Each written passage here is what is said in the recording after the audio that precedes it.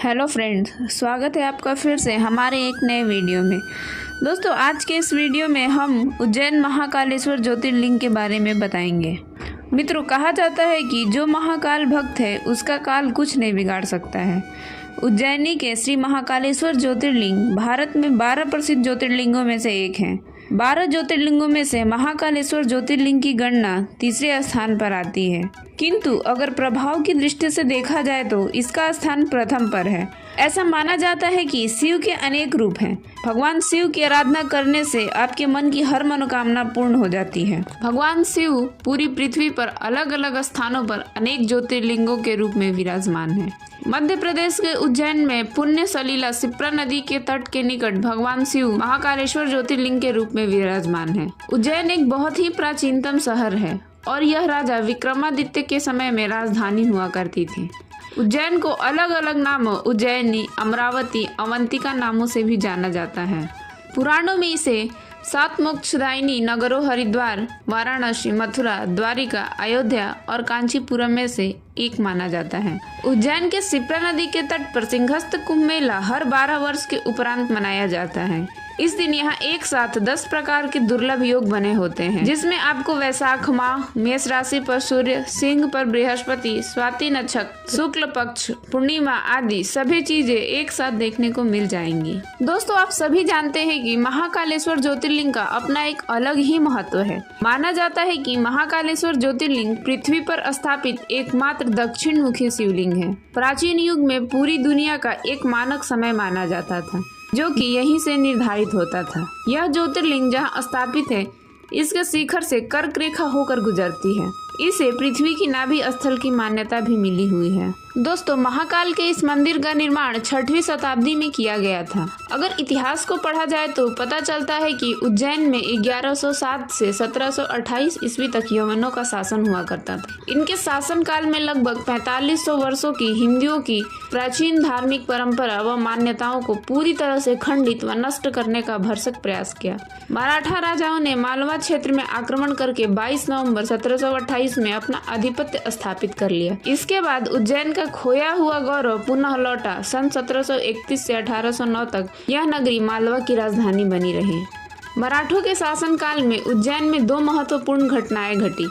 मित्रों, जिसमें पहला महाकालेश्वर ज्योतिर्लिंग की पुनः प्रतिष्ठित किया गया तथा जहां पर शिप्रा नदी के तट पर सिंहस्थ पर्व कुंभ मेला स्नान की पूरी व्यवस्था की हुई है। लोगों के लिए मंदिर एक बहुत ही बड़ी उपलब्धि थी। और फिर बाद में राजा भोज ने महाकालेश्वर मंदिर की पुरानी प्रतिष्ठा को वापस स्थापित किया, बल्कि इसका भव्य निर्माण कराया। मित्रों, महाकालेश्वर ज्योतिर्लिंग को लेकर एक बहुत ही अनोखी कहानी जुड़ी हुई है। अवंतिका नाम से एक रमणीय नगरी थी, जिसे आज हम उज्जैन नगरी के नाम से जानते हैं, जो भगवान शिव को बहुत प्रिय है। शिव पुराण के कोटि रुद्र संगीता में महाकालेश्वर ज्योतिर्लिंग की कथा का विस्तार वर्णन से किया गया है। इसी नगरी में एक बहुत ज्ञानी व शिव भक्त ब्राह्मण रहता था। इनका नाम वेद प्रिय था। उनके 4 आज्ञाकारी पुत्र थे। यह भगवान शिव के बहुत बड़े भक्त थे। वह हर रोज पार्थिव शिवलिंग बनाकर विधि पूर्वक पूजा किया करते थे। रत्नमाल पर्वत पर एक दूषण नाम का राक्षस रहता था, जिसको ब्रह्मा जी से वरदान प्राप्त था।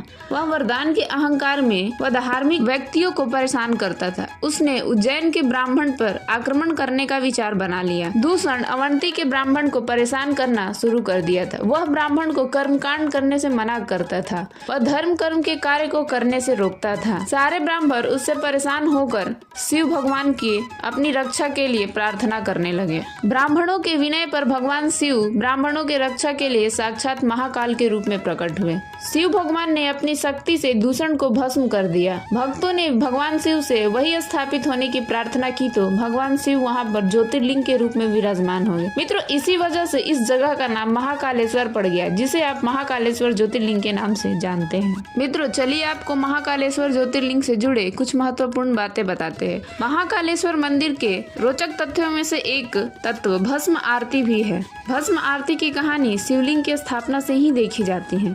राजा चंद्रसेन शिव बहुत बड़े उपासक माने जाते थे। प्राचीन समय में शमशान की भस्म से ही श्रृंगार किया जाता था, लेकिन अब कपिला गाय के गोबर, सम्मी, पीपल के पत्ते, बड़, पलास, बेर की लकड़ी, अमलतास आदि को जलाकर भस्म तैयार की जाती है, जिससे शास्त्रों में भस्म के समान ही महत्व दिया गया है।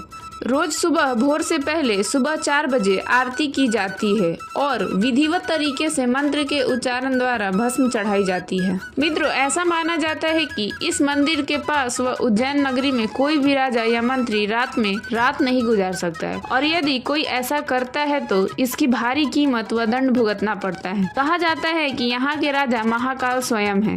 इसको लेकर बहुत सारे उदाहरण भी प्रसिद्ध है। एक बार की बात है कि देश के चौथे प्रधानमंत्री यहाँ पर एक रात गुजारी थी तो अगले दिन ही उनकी सरकार गिर गई थी।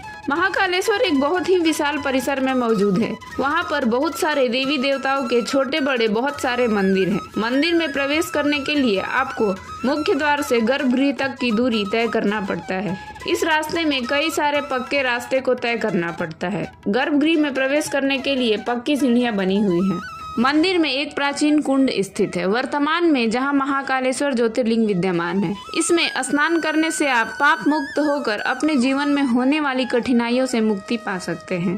दोस्तों, आध्यात्मिक मान्यताओं व विद्वानों के मतानुसार इस पूरी पृथ्वी का केंद्र बिंदु व पृथ्वी की नाभि यही है और सारी सृष्टि का संचालन महाकाल यहीं से करते हैं। यह 3 भागों में बटा हुआ है। नीचे के भाग में महाकालेश्वर, बीच में ओमकालेश्वर और ऊपर के भाग में श्री नागेश्वर चंद्र मंदिर को देखते हैं। गर्भगृह में विराजित भगवान महाकालेश्वर का विशाल शिवलिंग दक्षिण दिशा में है, इसलिए इसको दक्षिण मुखी शिवलिंग कहा जाता है। ज्योतिष में इसका विशेष महत्व होता है। महाकालेश्वर मंदिर के गर्भगृह में आप माता पार्वती, भगवान गणेश और कार्तिकेय की मोहक प्रतिमाओं के दर्शन कर सकते हैं। गर्भगृह में नदी दीप स्थापित है जो कि सदैव प्रज्वलित होता है। महाकालेश्वर मंदिर के मुख्य आकर्षण की बात करें तो यहाँ भगवान महाकाल की भस्म आरती, नखचंदेश्वर मंदिर, भगवान महाकाल की शाही सवारी प्रसिद्ध है। महाकाल मंदिर में भस्म आरती के लिए पहले से ही बुकिंग करवाना अनिवार्य होता है। उज्जैन नगरी में हरसिद्धि, काल भैरव, विक्रांत भैरव के मंदिर स्थापित हैं। दोस्तों, हर 12 वर्ष के बाद पड़ने वाला कुंभ मेला यहाँ का सबसे बड़ा मेला है, जिसमें देश विदेश से कई साधु संत आते हैं और बहुत ही ज्यादा तादाद में श्रद्धालुओं का जमावड़ा लगता है।